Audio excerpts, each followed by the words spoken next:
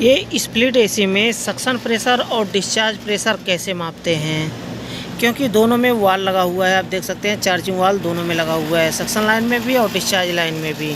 ये पर्ल का 2 टन का एसी है। इसमें कुछ प्रॉब्लम आ रहा है, आइसिंग का इशू आ रहा है, क्योंकि टेम्परेचर अभी डाउन हो चुका है ना। जब ठंडा का आता है तो टेम्परेचर डाउन हो जाता है, तो इसके वजह से इसे कूलिंग कॉइल में आइस आ रहा है। एक और ऐसे ही एक हुंडई का एसी अभी मैं कल ही किया हूँ, नीचे डिस्क्रिप्शन में लिंक मिल जाएगा, या तो आप स्क्रॉल डाउन करके देखेंगे, दूसरा या तीसरा वीडियो आपको मिल जाएगा। उसमें क्या हो रहा था कि उसमें भी आइस आ रहा था। प्रैक्टिकल करके बिल्कुल मैं दिखाएं, 18 मिनट का वीडियो है। अगर उस वीडियो को देख लेते हैं तो अच्छे से आप सीख पाएंगे। लेकिन उसमें क्या था कि उसमें डिस्चार्ज लाइन में वाल नहीं लगा था।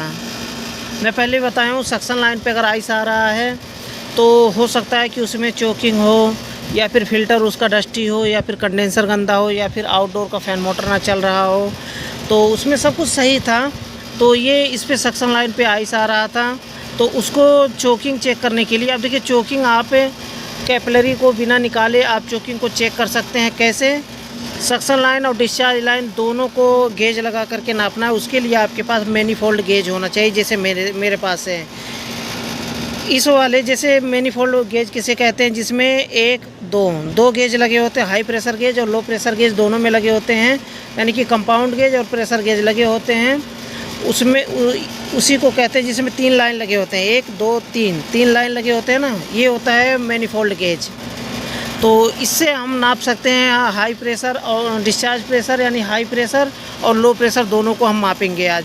और इसी में हम पता लगाएंगे कि चोकिंग का पता कैसे लगाते हैं। क्योंकि R22 की बात की जाए, देखिए जो भी वीडियो मैं बनाता हूँ ना, काफ़ी यूजफुल होता है। इस तरह की जानकारी कोई भी नहीं देता है। पेड कोर्स में भी कोई ऐसी जानकारी नहीं देगा जैसी जानकारी मैं दे देता हूँ फ्री में। तो यहाँ पर देखिए इसमें ये R22 है, जैसे मैं यहाँ पे दिखाऊँ आपको। ये देखिए R22 है रेफ्रिजरेंट, R22 2400 ग्राम। तो धूप की वजह से मैं भी नहीं देख पा रहा हूँ डिस्प्ले में, कितना नहीं आपको दिखाई दिया कि नहीं। हाँ दिखाई दिया, 2400 ग्राम है और R22। तो R22 का जो सक्शन प्रेशर होता है 60 से 65 PSI या फिर 70 PSI होता है। लेकिन अभी टेम्परेचर डाउन है, थोड़ा अक्टूबर का महीना चल रहा है, तो हो सकता है 60 का प्रेशर हो। इसमें 60 का प्रेशर होता है। और डिस्चार्ज प्रेशर, हाई प्रेशर की बात की जाए तो 250 से 350 PSI होता है। अब इसी में हम पता लगाएंगे कि चोकिंग कैसे है, चोकिंग है तो कैसे मालूम होगा। जैसे मैं एग्जांपल में बता दूं अभी, क्योंकि जब एसी चल रहा होगा साउंड आएगा तो थोड़ा आपको सुनने में प्रॉब्लम आएगा, इसलिए मैं बता दूं सक्शन लाइन में प्रेशर 60 PSI होना चाहिए। और इसका जो डिस्चार्ज लाइन यानी कि हाई प्रेशर है ना, हाई प्रेशर में इसको लगाएंगे 500 PSI वाला कंपाउंड गेज। तो यहाँ पर कम से कम 250 से 350 PSI होना चाहिए। अगर 100 PSI है, 150 PSI है, तो फिर समझ लीजिए कि चोकिंग है, कैपिलरी में सिस्टम में चोकिंग है, ऑयलिंग है, इसकी वजह से ये प्रेशर नहीं बता रहा है। तो चलिए एसी को ऑन करके आते हैं, उसके बाद लाइव यहाँ पर हम करके देखते हैं। तो यहाँ पर आप देख सकते हैं एसी चल रहा है, और ये हमने सक्शन लाइन में और डिस्चार्ज लाइन में दोनों में गेज लगा दिया है। ये लो प्रेशर गेज जो कि 250 PSI तक है, ये हमने सक्शन लाइन में लगाया है।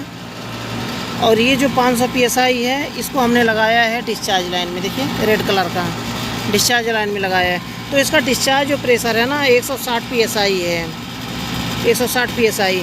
और जो सक्शन प्रेशर है वो इसका 150 PSI है। अब इसमें कैसे पता करेंगे कि सिस्टम में चोकिंग है या फिर क्या प्रॉब्लम है, या फिर सिस्टम सही चल रहा है। तो देखिए इसमें जो डिस्चार्ज प्रेशर होता है ना, इसका 250 से 350 PSI होता है R22 का। अगर मानिए 250 PSI नहीं है तो 200 PSI भी रहेगा तो भी चलेगा, लेकिन 160 PSI है, मतलब सिस्टम में चोकिंग है। क्यों, कैसे पता करेंगे ये? क्योंकि 250 PSI होना चाहिए। जो डिस्चार्ज प्रेशर जो फेंक रहा है ना कंडेंसर से जो फेंक रहा है, ये यहाँ से आगे पूरा क्लियर अच्छे से नहीं जा रहा है रेफ्रिजरेंट। इसमें रुकावट है, यानी कि कैपिलरी में ड्रायर फिल्टर में चोकिंग है। इसकी वजह से रेफ्रिजरेंट अच्छे से रन नहीं कर रहा है।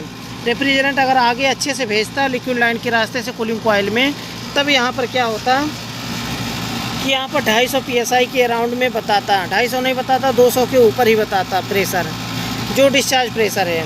और सक्शन प्रेशर 50 PSI है। 50 नहीं 60 PSI है इसमें। तो सक्शन प्रेशर फ़िलहाल सही है। तो इस हिसाब से अगर यहाँ पर 55 PSI है इसमें, 55 PSI है तो यहाँ पर 250 PSI तो होना ही चाहिए, 200 PSI के ऊपर होना चाहिए ये डिस्चार्ज प्रेशर।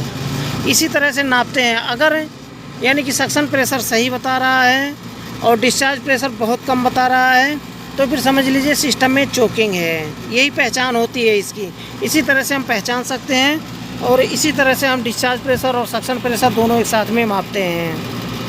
अब यहाँ पर देखिए रेफ्रिजरेंट का रनिंग होता है जो है ना, वो क्या करता है, कंप्रेसर डिस्चार्ज फेंकता है, कंडेंसर में जाता है, कंडेंसर से कैपिलरी और ड्राई फिल्टर के रास्ते से ये लिक्विड लाइन में आता है, ये सर्विस वाल में, पतले वाले सर्विस वाल में आता है और इसके रास्ते से चला जाता है कूलिंग कॉइल में। कूलिंग कॉइल में कूलिंग करके वापस ये मोटे पाइप के रास्ते से, 5/8 का पाइप देख रहे हैं ना, ये मोटे पाइप के रास्ते से वापस कंप्रेसर में चला जाता है। तो इसी तरह से इसका रनिंग होता है। तो जब डिस्चार्ज फेंकता है कंप्रेसर और कंडेंसर में जाता है, कंडेंसर से कैपिलरी के रास्ते लिक्विड लाइन में आता है, तो यही प्रेशर जो कैपिलरी के रास्ते से निकलता है वही प्रेशर हमारा डिस्चार्ज प्रेशर बताता है। यानी कि अगर चोकिंग है कैपिलरी में तो यहाँ पर ये प्रेशर नीचे रहेगा तो समझ जाइए कि रेफ्रिजरेंट अच्छे से रन नहीं कर रहा है, आगे नहीं बढ़ रहा है रेफ्रिजरेंट। इसकी यही पहचान होती है। अगर सक्शन प्रेशर मानिए कि अगर सक्शन प्रेशर इसका 30 PSI है, 20 PSI है तो फिर ये डिस्चार्ज भी कम होगा। यानी कि R22 ये रेफ्रिजरेंट आप देख सकते हैं, ये R22 है, 2400 ग्राम, 2 टन का AC है।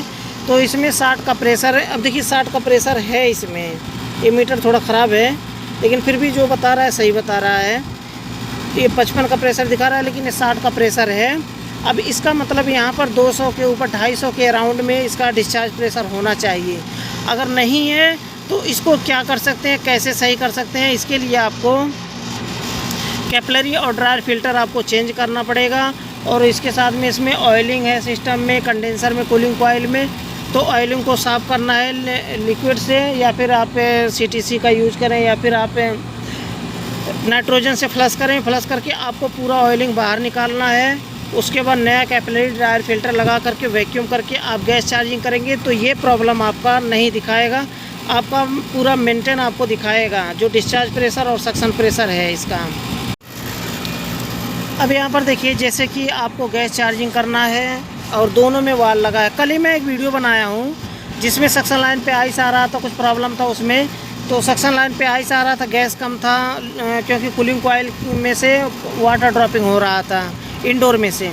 तो कल ही प्रैक्टिकल वीडियो में बनाया, उस वीडियो को जा कर के देखिए तब आपके समझ में आएगा, आप सीख पाएंगे उसको कि किस तरह से प्रॉब्लम को फिक्स किया जाता है।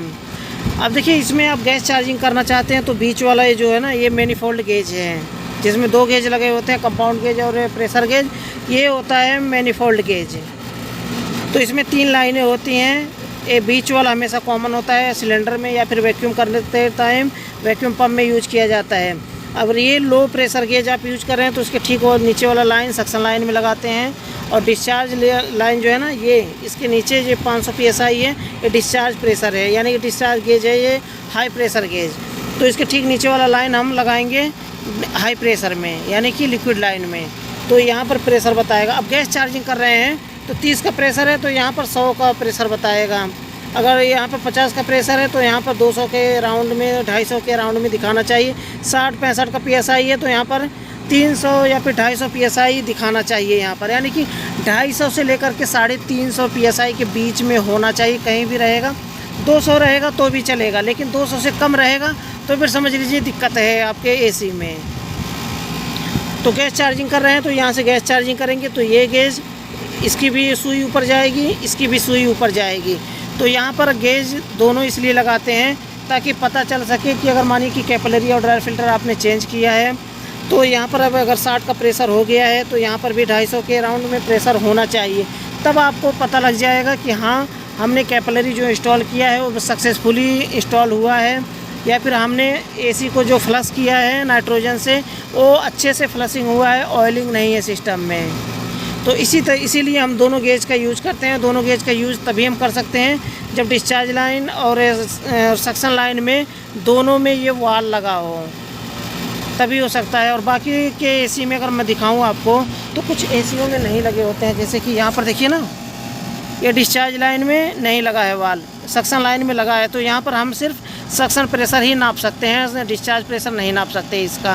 तो इसीलिए हम इसमें इस तरह के एसी में हम सक्शन प्रेशर और डिस्चार्ज प्रेशर दोनों नाप सकते हैं। तो मुझे लगता है कि आपका डाउट जो है क्लियर हो गया होगा इसको लेकर के, कि आपको कैसे डिस्चार्ज प्रेशर और सक्शन प्रेशर एक साथ में कैसे मापना है। अगर इस तरह का आप गैस चार्जिंग कर रहे हैं सक्शन लाइन और डिस्चार्ज लाइन में दोनों में गेज लगा करके, तो उसके साथ में आपको क्लेमीटर भी लगाना ज़रूरी है। क्योंकि जब आप गैस चार्जिंग कर रहे हों तब आपको कैसे पता चलेगा कि मानिए कि सक्शन प्रेशर अगर है उसमें 50 का प्रेशर बता रहा है, तो आपका क्लेमीटर भी लगाते हैं, उसमें एम्पियर भी आपका सही बताना चाहिए। एम्पियर अगर सही बता रहा है 60 का प्रेशर हो गया है, उसके बाद ये डिस्चार्ज प्रेशर है ना, उस समय सही होना चाहिए, यानी कि 250 के राउंड में होना चाहिए। अगर है तो ठीक है, नहीं तो अगर 100 PSI बता रहा है, 150 PSI बता रहा है, तो समझ लीजिए कि सिस्टम में ऑयलिंग है, चोकिंग है, यही इसकी पहचान होती है। तो मुझे लगता है कि मैं इस सारे कवर कर चुका हूँ जितने भी डाउट थे इसमें सक्शन लाइन और डिस्चार्ज लाइन को लेकर के। और क्या जानना चाहते हैं, आपके समझ में क्या नहीं आया जो मैं बताया हूँ, तो आप मुझे कमेंट बॉक्स में लिख सकते हैं, मैं उसका रिप्लाई जल्द से जल्द देने की कोशिश करूँगा। और जो होता है यहाँ पर इसका वाल्की होता है, जैसे कि मैं बता दूँ आपको, यहाँ पर देखिए, ये यहाँ से गैस को बंद किया जाता है, गैस को यहाँ से बंद करते हैं, इसीलिए ये वाल्की यहाँ पर दिया गया है। यहाँ पर भी है, यहाँ पर भी है, और पंप